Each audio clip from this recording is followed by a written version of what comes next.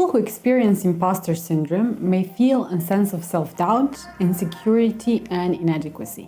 They may also feel a persistent fear of being exposed as a fraud, experiencing a mental or emotional block that prevents them from feeling successful or satisfied with their accomplishments. Other feelings associated with imposter syndrome include guilt, shame, anxiety, depression, and lack of motivation. Not fun, right? In this video, I'm sharing how I overcame a lot of these feelings associated with imposter syndrome in hopes that if you're struggling with this, it can help you too.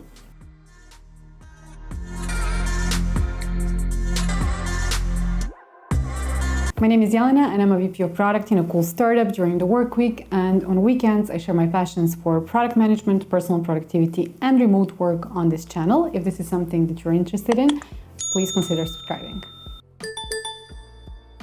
So what is imposter syndrome? Essentially, it's a psychological phenomenon characterized by people experiencing feelings of not being good enough despite being successful in their field. The strangest part is that imposter syndrome can be especially challenging for high-achieving individuals. Even when they're recognized for their achievements, they may still doubt themselves and think they don't deserve the success they have achieved. That was my experience. What's even more interesting is that studies have shown that women are more likely to suffer from imposter syndrome than men. This could be due to a combination of factors such as gender inequalities, workplace bias, and the overall pressure to prove oneself in the workplace and beyond. But quite honestly, I think men suffer from the same pressure. So what does imposter syndrome feel like? Well, it does not feel good. I'd describe it as having someone in your own head who's constantly picking on you and essentially telling you that you suck. However, to put it in more civilized terms, imposter syndrome is characterized by feelings of self-doubt, low self-esteem, fear of being exposed as a fraud. I personally experienced, and continue to experience sometimes, a lot of inadequacy, shame, and anxiety around my work specifically. And overall, I felt that none of my accomplishments were genuine or deserved. I was kind of waiting to be found out and kicked out most of the time at work. And to be very honest here, my imposter syndrome was not caused by any of my coworkers or my work environment. I was very lucky to have very supportive environment, very supportive colleagues, kind of family-like atmosphere throughout my career. So I know for sure that all these feelings and thoughts that I was having were 100% my own thing. So imposter syndrome may manifest itself in many different ways for different people. So for example, you may be feeling overwhelmed by the task or expectations you set for yourself, or you may be frequently doubting your abilities and accomplishments. It may also feel like you're not good enough or you don't belong in a certain group or situations. And this is something that I also experienced a lot of. Another way in which imposter syndrome may manifest itself is by expecting perfection in everything you do, which leads to constantly comparing yourself to others or even procrastinating on projects due to feeling that you will fail basically anyway. So all in all the feelings associated to imposter syndrome are not fun. But how do you deal with imposter syndrome? Since it can interfere with job performance and it can stand in the way of you actually achieving your goals, well, you should definitely consider dealing with it. You should definitely kind of try to manage it somehow. And I want to add a disclaimer here that I'm not a mental health expert. I'm sharing my own understanding and story here. And I also want to add that I did have a good few years of therapy to deal with many of these challenges and some other things.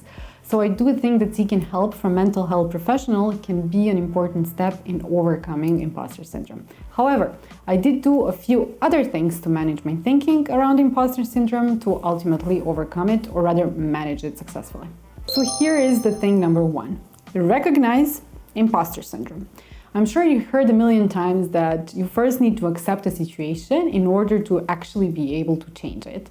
And I think that's an important step in this case as well. Acknowledge that what you're actually struggling with is the imposter syndrome and recognize its roots. In my case, I was a linguistics major who joined a tech startup as a software tester. I had no technical knowledge at all, I had no mentors, and I was the only woman on the team of male engineers for quite a long time. Now, granted, the guys were great, but still I couldn't help but feel like a fraud. As I gained experience, they built my skill set and gained more confidence. But then the feeling still of being the fraud stayed with me for quite some time. Only when I finally acknowledged that this is what I'm facing, I was only then able to actually move forward. So the first step is to recognize that there's nothing wrong with you. You're experiencing rather, the imposter syndrome. Once you accept and understand what you're dealing with, the next step is to reach out for support.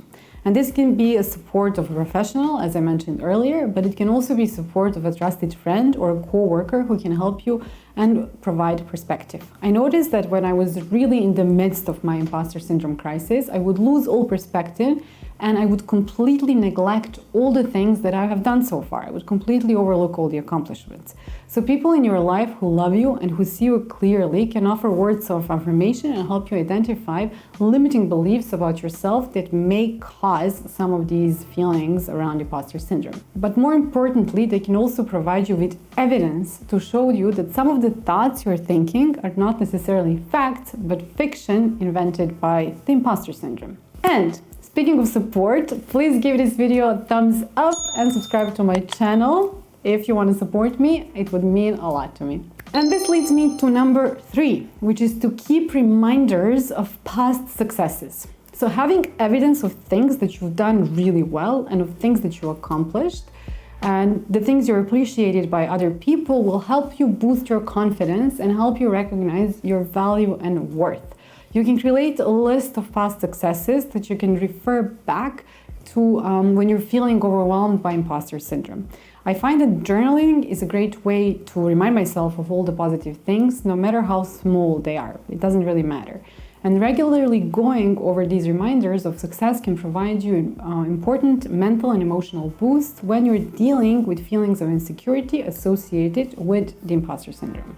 Practicing positive self-talk is generally good, but it's also a powerful tool when it comes to managing and overcoming imposter syndrome. So focusing on positive messages such as I'm capable, I have the skills I need, I can do this, can help you counteract the negative thoughts and feelings associated with the imposter syndrome. Additionally, regularly repeating these kinds of affirmative messages can help you improve your self-esteem, build confidence and motivation to take on new challenges. But if you also build a bank of past successes we discussed in the previous steps, these are not going to be just empty affirmations, since you already have a ton of evidence to support your changed view of yourself. So practicing positive self-talk can be an important part of managing and overcoming imposter syndrome. Managing your thoughts is the most important step about overcoming imposter syndrome that I have learned. And the first thing to understand is that all the feelings of imposter syndrome are caused by the thoughts in your head. And you don't have to think the thoughts that you're thinking. You can choose thoughts that will actually serve you. Just because you're experiencing a thought, you don't actually have to believe it, and it doesn't mean that it's a fact or that it's true. So if you're thinking, for example, that you're doing a bad job at work, you can just journal about it. You can ask yourself, is this thought actually useful? Is it really making you feel how you want to feel?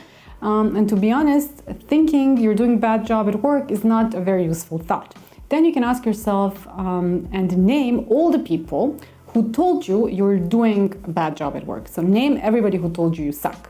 And often here, most of us will understand that no one actually ever told us, and that all these things that we're thinking is fiction in our heads. And the next thing you can do is find past evidence from your evidence bank that will support the opposing thought, which is that you're doing a great job at work. The point here is to question your own thinking. Just because you're thinking thoughts, it doesn't mean that they're true or useful.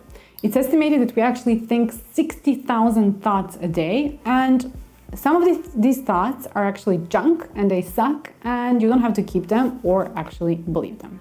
So question your thoughts to overcome the imposter syndrome. And those were the 4 ways in which I dealt with my imposter syndrome, and I deal with, because this is not something that disappears. I hope that these can help you too, and I want to make it clear that overcoming imposter syndrome is not very simple or clear-cut. It's a process, and there is a lot of back and forth. As I said, I'm not 100% imposter syndrome free. I just learned how to recognize it, and I built the bank of my past successes that I reference every time it comes up, and I question it all the time. Every time I hear it, I'm like, okay, well, I don't have to listen to you. Okay, thank you for watching this video. Don't forget to like and subscribe to my channel, and here's another video from me that you might enjoy, and I'll see you in the next one. Bye.